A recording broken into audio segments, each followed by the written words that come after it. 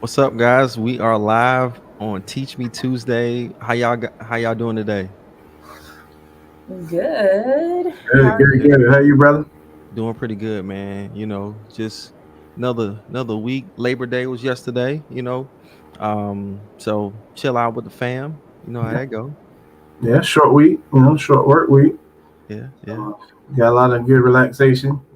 Good, yeah, good yeah. little holiday off. That was much needed. Exactly, exactly. For those of you that might not know us, my name is Wilmot Berry. I'm with the Berry Group, brokered by eXp Realty, helping my clients reach their real estate goals.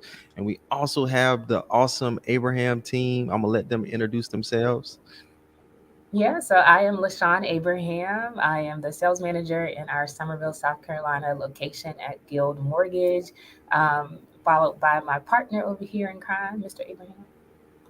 Gavin Abraham. I'm gonna put something together like how Wilmot does. I want to say, you know, Gavin Abraham, loan officer, brokered by blah blah blah blah blah. But we ain't broker.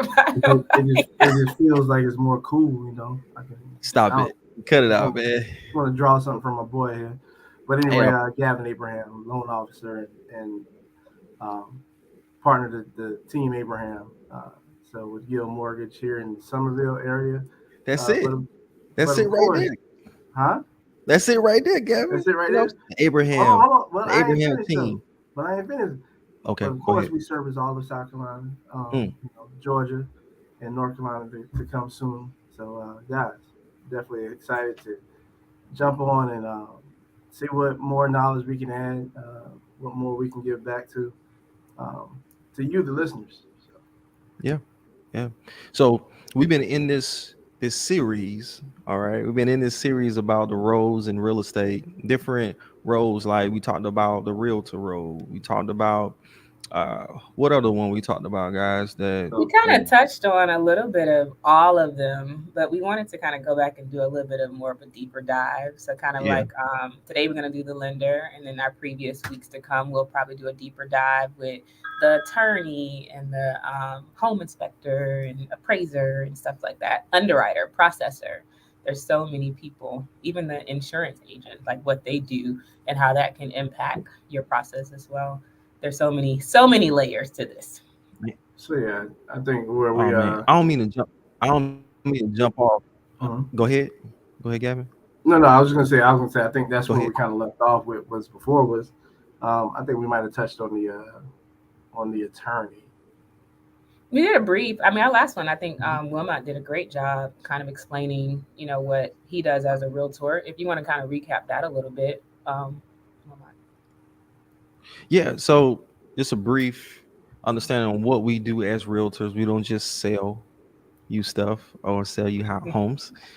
We really have a vast role in this whole process. We do a plethora of things, but not only do we, our goal isn't to sell you. Our goal is to serve you. Okay, that's what we're here to do, making sure that everything lines up that you need to line up in order for you to have a smooth process when you're purchasing your home or selling your home.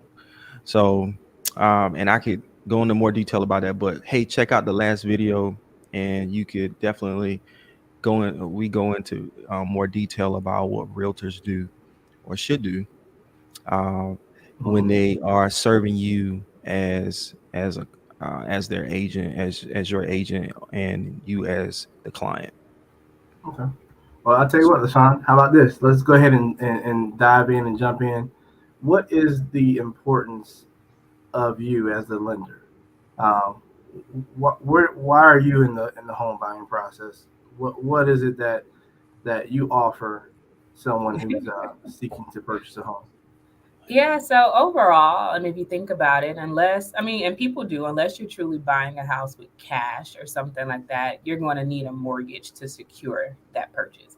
And so, what both you and I do, Gavin, we are loan officers. So, what our job is to truly figure out a way to pretty much get you approved for a mortgage loan. Now, I will say this.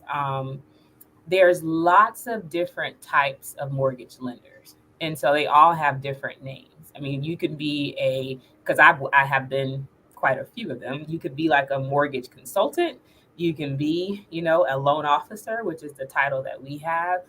You can also be something called a mortgage broker, um, and the list goes on. And so, not to get too in the weeds of it, overall, all of them is wanting to try to provide you with financing to buy a house. However, what Gavin and I do specifically, we have a license, meaning that we have taken a test, we have passed that test, and we have to renew this license every year in order to be able to provide you with this type of service. When I worked at a bank, when I worked at other places, I didn't have to have an actual license. I Mm, just applied and got a job. And so, not to take any shots at any specific role, but a loan officer is a little bit more um, educated, I would say, in that mm, field because of the type of licensing that we have to do it. mm. Most loan officers have a bigger, wider products that they can offer you. And so that's our job as a loan officer, is for us to find a loan program to fit your particular financial need. That's the That's simplified. good. I didn't know like if you worked at a bank, you didn't need a license, Sean, take it. to do what you do. So okay, cool. Yep. No, you That's don't. good to You're know. covered underneath because they're regulated differently, and so you're covered underneath that bank's license. So you Hmm. work if a person, banks with Bank of America, Navy Federal, or something like that. That financial institution itself is licensed. So then, as you come in as an employee, you work under their license. But what Gavin and I do is very similar to your. Like, we're kind of like an independent contractor under a mortgage umbrella of a Mm, company. So yeah, okay, it's the same that's thing. that's good stuff. That's good stuff. So if I'm gonna ask the question, Mhm. what's the difference between a broker and I guess what you What you guys do. do? Yeah. So, do you want to tackle that one, Gavin, or do you want Gavin? Do you want me to tackle that, or do you want? He might be frozen. Okay. Well, I'm gonna go ahead. So, the difference between a Like, mortgage. if y'all has. Uh-oh, I think you froze. Can y'all hear me? Yeah, I can hear you now. Okay. All right. Oh, I'm gonna fix my internet situation. Y'all can hear me? Okay. Y'all can hear me now? I can hear you. Yeah, I can hear you Yeah, we can fine. hear you. We can hear you now. Yeah. Oh, okay. All right, good. Because it's free. I'm sorry. I'm getting a lot of. It's freezing on my end. So yeah, Wilmot, you were saying, uh, asking about the The difference difference between between a us and a mortgage broker. Is that broker and kind of the like last thing what I we heard? do. Mm-hmm. Mm-hmm.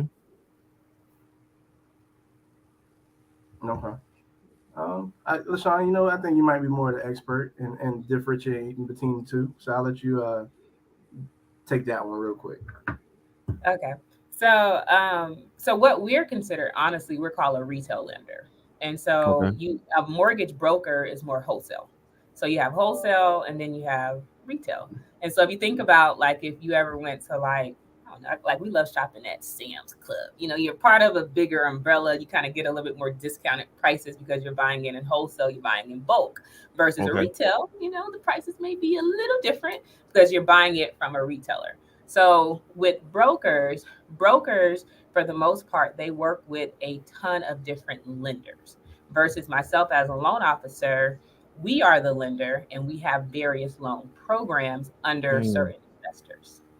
And mm, so a broker may have access to, let's say, 50 different lenders who all have hundreds of different loan programs. Mm-hmm. mm, And so they mm, may be able to provide you with a wider range of loan options because they work with several lenders. Versus a person like ourselves, we're the lender and we only have the loan program. So our programs are a little bit more cookie cutter to a certain niche of clients that we're trying to serve. Most okay. brokers are a little bit more attractive to kind of people.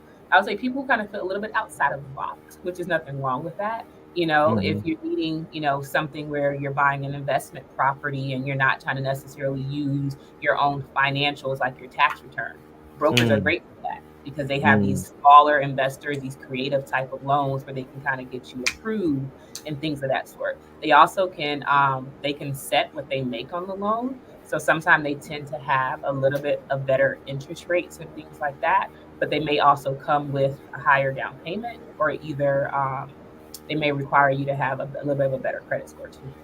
But there's lots of options, but that's a really good question. Okay. Cool.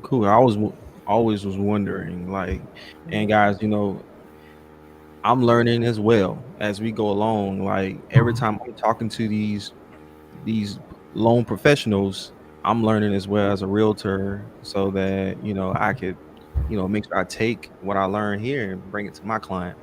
So that is not just for buyers and sellers, man. This is for agents as well and loan officers if you're still trying to learn something yourself as well.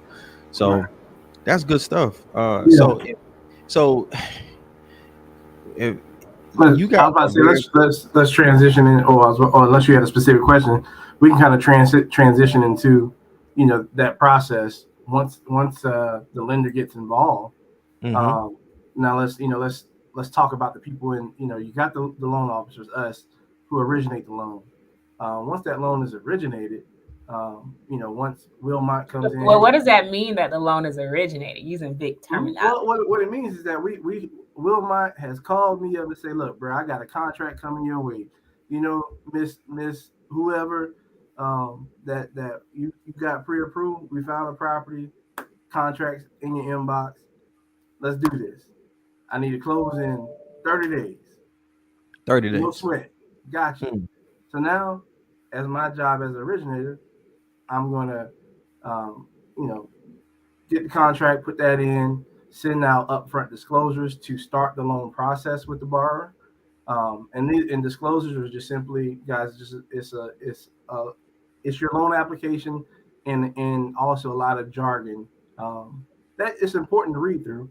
But you'll find out in the loan process that there's a lot of documentation that has to be disclosed to you, because again, this is something that you're unfamiliar at doing. So there are federal and state laws that have been implemented that requires us as a lender to make sure that we inform you of X, Y, and Z. And it's your job to read over it, of course, but that's part of the loan process. Once you do that, your loan gets submitted. Once we collect whatever documentation is needed, your loan gets handed off, not necessarily handed off. It's like a relay race, but the whole time we're all running the next leg. So I started off as an originator, and I hand it off to the processor. The processor is going to be the person who's going to do the kind of the nitty-gritty things, such as like getting your appraisal order for your home. They're going to kind of be in talks with the underwriter who makes the decision on the loan. We'll go into depth once we get to the underwriter, but the processor is pretty much the middleman. They're getting all the things needed to prepare you for full loan approval. And again, the person who gives that full loan approval is the underwriter. So you got the processors next, who's handing off that baton. And then in that process, the processor is also reaching out to the attorney to ask for to request title documents. So that's where the attorney comes into play. And then always, if you don't necessarily, a lot of people in the process, they don't have an attorney, or you may not have ever worked with an attorney before. And again, that's where you rely on the Wilmots or the Abrahams. Who do you guys work well with, or who should I use? Well, the thing is, we know plenty of attorneys, and we know plenty of ones that we like to work with. So we can always refer you and bring in the next part of our team that makes the experience so great. So I think tapping into the processor, which is the next leg in the relay race, and then they bring in the works that they do, help bring in the attorney who gets involved with order and title. And then also what's also ordered at that time is your appraisal for your home, because the appraisal is a key component. We need to find out how much the home is actually worth that you're buying, because we're only going to lend you what the value of that home is. So again, that's very important when you're, of course, you're always negotiating and you have an idea of what you want to buy, or what you have an agreement on what you want to buy this house for. But sometimes 9 times out of 10, it really comes down to, is this house worth what I'm saying I'm going to buy it for? And if it's not worth it, that's what an appraisal is going to tell you. It's going to tell you that, no, actually, your home is worth this. The home that you're buying is worth this, and this is why it's worth this. So that's where an appraiser comes in. That appraiser specifically is there to define the value of that home. And they do that by, seeing what has sold, what's comparable in the area to that home, and facts and regulations and guidelines that they have to follow to help determine what that set value is going to be for your home at this particular date and time. Now, so just so people understand, an appraisal isn't definitive. Your home can increase and sometimes decrease in value over time. Most cases, your home is always appreciating, for the most part. Just depends on how things are going in the market, different trends, but typically your home only mainly grows in value over time. So Gavin, I got a question. You brought up some great points. As a buyer, right? I want to buy this house. What things do I need to prepare for, right? Like, what paperwork do I need to have available to give to you guys to make sure I get my loan approved? Yeah, I mean, there's very standard paperwork for if you're just your everyday W-2 employee. The things that we need to verify is your income, assets, and income, assets, and LaShawn, brother, I'm really income, assets, and credit. Yeah, your credit. I'm sorry. There we go. I couldn't for some reason. Credit. Yeah, credit. So right. The things but the documents that we're needing, of course, we're going to pull your credit when you do an application. But then we're going to ask you for, hey, if you have a job, if you're working, we need your pay stubs. If you're not working, you're retired, we need your benefit letter to tell us what your monthly retirement pay is, or your disability pay is. So we need to confirm what income it is that you're receiving. And of course, if you're not a W-2 employer, you're not retired, you're self-employed, then what gives us an idea of what your income is based on your self-employment is your income taxes, your tax returns.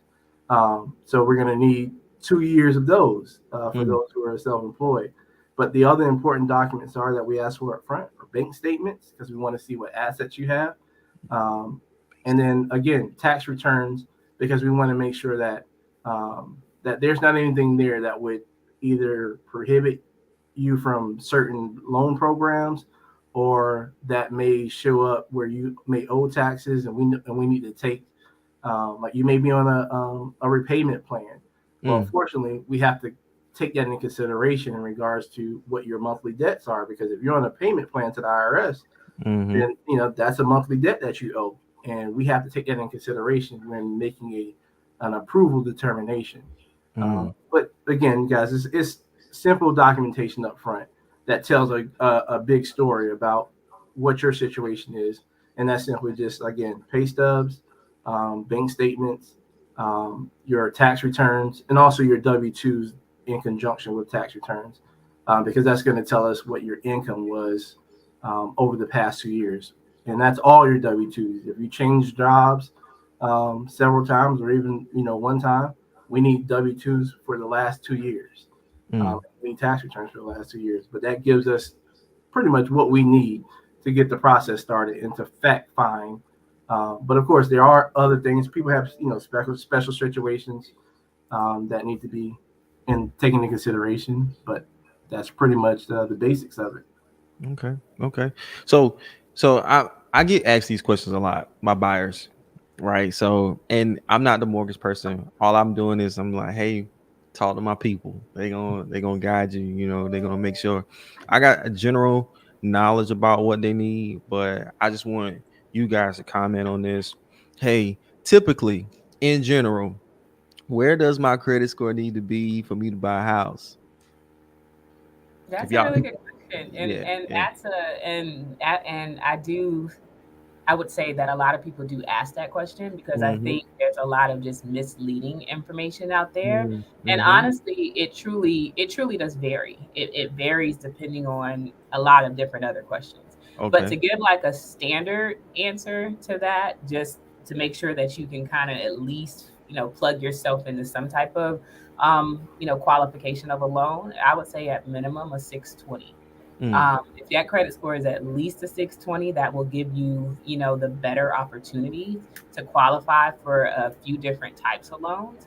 Now, however, I'm not going to lie, we have, closed loans at a 540, a 580. We have done a 68. I Mm-hmm. mean, we have done them all over the place. But there's lots of criteria, and I always like to put that disclaimer there. But I got three credit scores though. Yeah. Like, so what if one of them 620 with another one, like 580, you know what I'm saying? What can y'all work with that, Yeah, so I mean, so typically what we do, because there's so many variations in your credit score, we don't take the highest score or your lowest score. We would truly take whatever score that we call falls in the middle. And Mm, so whatever that middle score is typically the score that we're going to use to kind of determine what options you have for a loan. And that right there, I like to tell people too, if more than one person is applying on the loan, like if you're applying with your spouse or like a parent or something like that, we always take the lowest score between the two of you. So if your husband or if your wife have a lower score than you, then that lower score is going to be the score that we use. oh yeah, yeah, yeah. Mm-hmm. You need that cosigner, right? Yeah, That, sometimes you need it. yeah, if you need that cosigner, just know that they gotta come at least where you at or better, Correct. Mm-hmm. right? Yeah. Because like, just because you got the 650, but they got the 580, but they got the income, will that work? You know what I'm saying? Like, Right. Yeah. So depending on what type of loan they're trying to do, it could work. You know what I mm-hmm, mean? If that particular loan program doesn't require at least a 620 or something like that, we could still make gotcha. that work. Or what we like to do sometimes, we work with people, and so we can help them get their score to where we need it to be as well, so that they can still qualify, which is also key. Mm-hmm. That's good because I know a lot of people, some and people, let me say this. I get it. You might not be ready, right? But that doesn't mean you can't buy a house. It just means, hey, it might be delayed a little bit. Okay. Mm-hmm. Long as you're willing to do the work, Hmm. we can get you in a house. Yeah. Right. And I like that. I like how you said, I mean, and honestly, that's our job. You know what I mean? At the end of the Mm-hmm. day, one of our jobs as a loan officer is to figure out, that's the creative piece of this process, is for us to help figure out how can we get you approved for a mortgage loan? Because at the end of the day, you know, we have a stake in the game because our livelihood depends on, us providing you with financing. We want Mm, to give you a loan, just like Wilmot wants to help you find a house or sell a house. This exactly. is a part of our job. It's our role. And so our job is to figure out your story, figure out what you have going on, and then try to find a loan program to accommodate, your goals and your needs. Right. Yeah. Yeah, and that's a key component, a key difference when it comes to lenders. I mean, Mm, guys, again, not to knock anyone, but um, we have more because we're 100% commission. We I have don't have a more skin salary. in the game. We have more skin in the game than you calling your bank and just talking to a random person who not necessarily a random person, but talking to a loan officer there at a bank. I mean, their A livelihood mortgage is consultant a and not mortgage, loan excuse me, officer. mortgage consultant. Yeah, let's get the verbiage right. Their livelihood may not be as tied to, you know, you qualifying for a loan versus someone who, you know, they're waiting on somebody else who is already qualified. No, if you're not qualified, our job now turns into how we get you to qualify. wow. What is the That's next good. step we need you to take to get Hmm. you to the goal of, all right, Miss So and So is now approved, pre-approved, because we were able to help her get her credit score up to the number that she needed to be at, um, Mm, and mm, whatever other financials that we help talk her through. to make her now eligible and qualify for a mortgage. So yeah, man, it's good stuff. I'm glad y'all brought that up. And then I think we were, and still jumping back to the process, we were kind of transitioning. We talked about the process, or we talked about the appraiser coming into play, and what role does he play, or he or she plays. And then also the attorney, what's the importance of them, ordering title. And then also they're gonna be the ones who conduct your closing.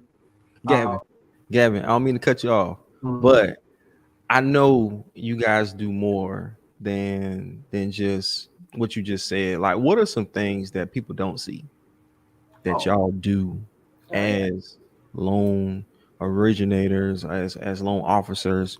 I'm pretty sure there's some behind the scenes things that it don't get talked about.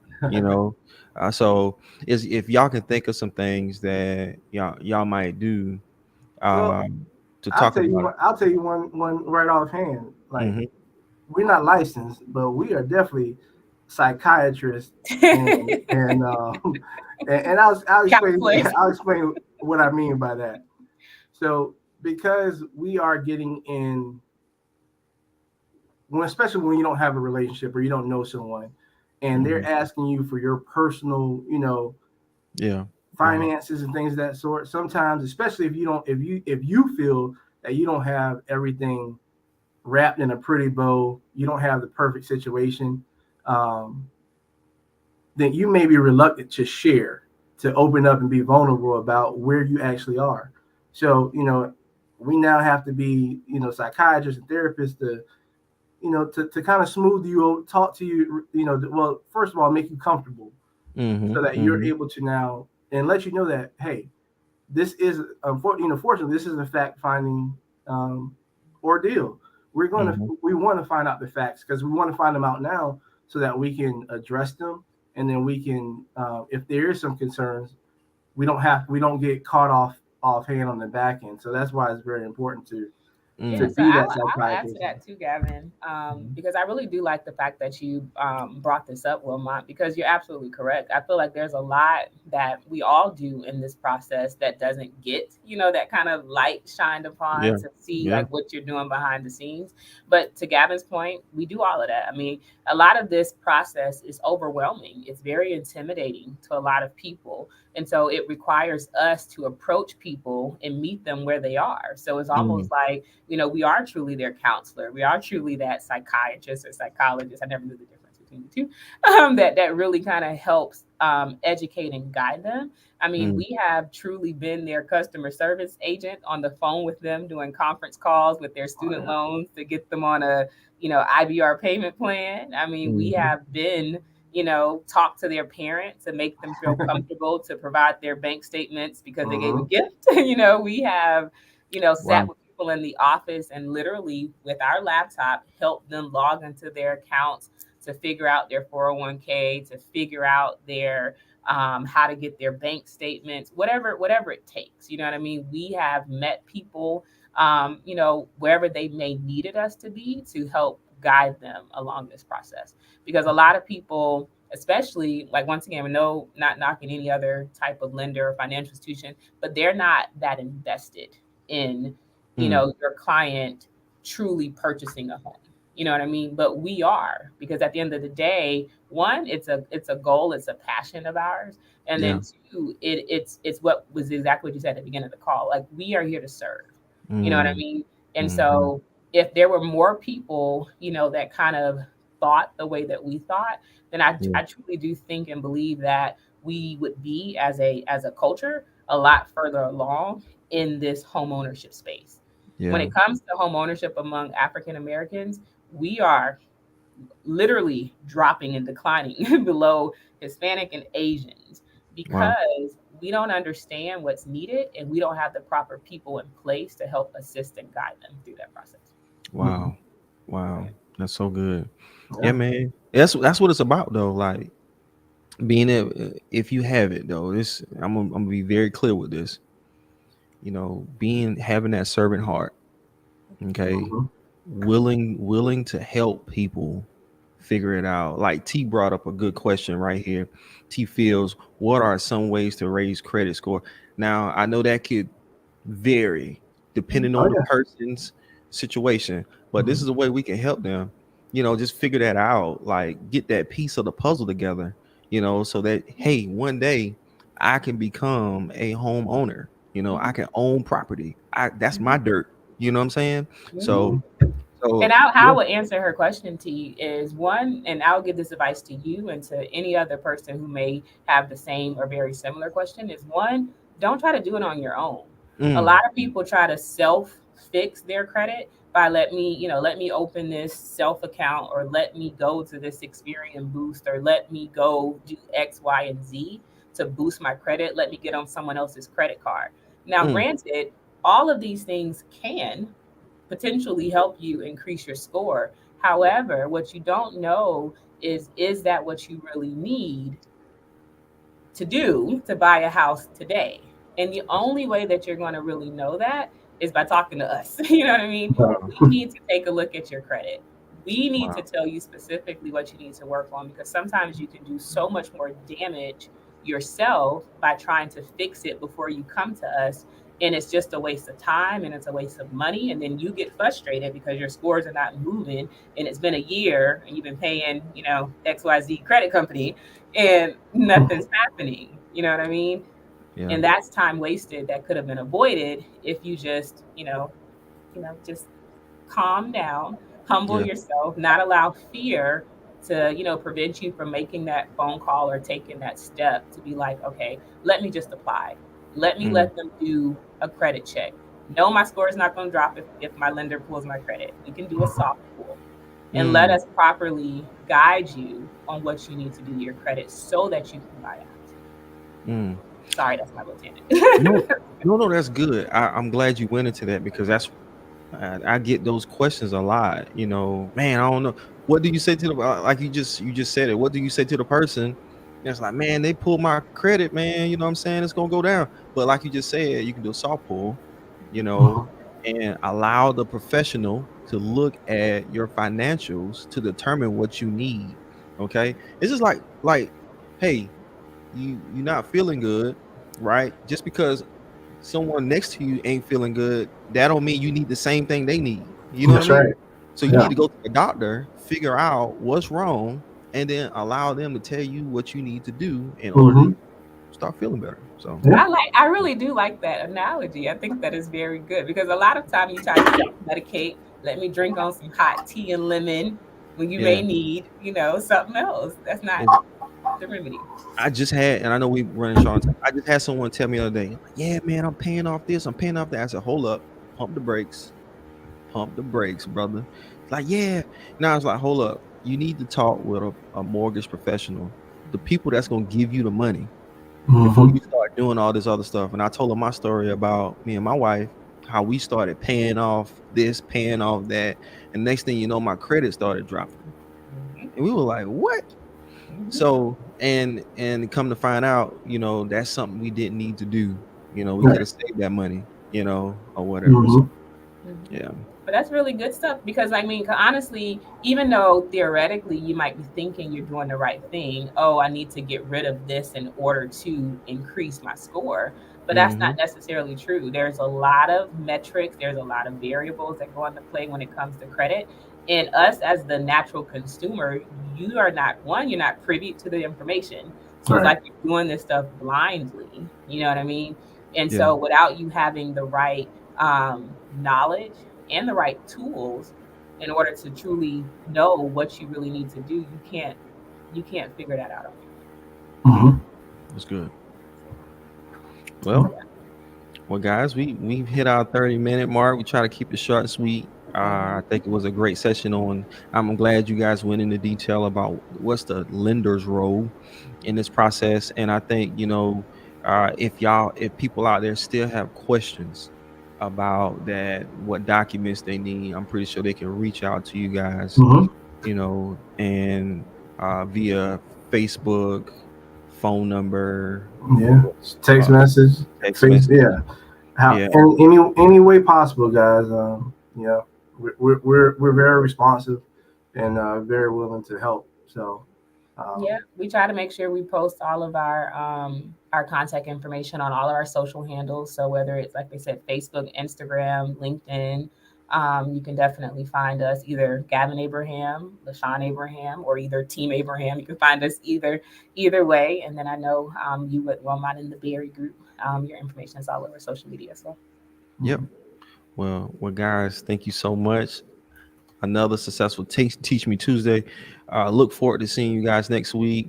Hopefully we can get to further. These roles are so important. So we're gonna go over each role for you guys, so you know when you go through your home buying process, you don't feel lost.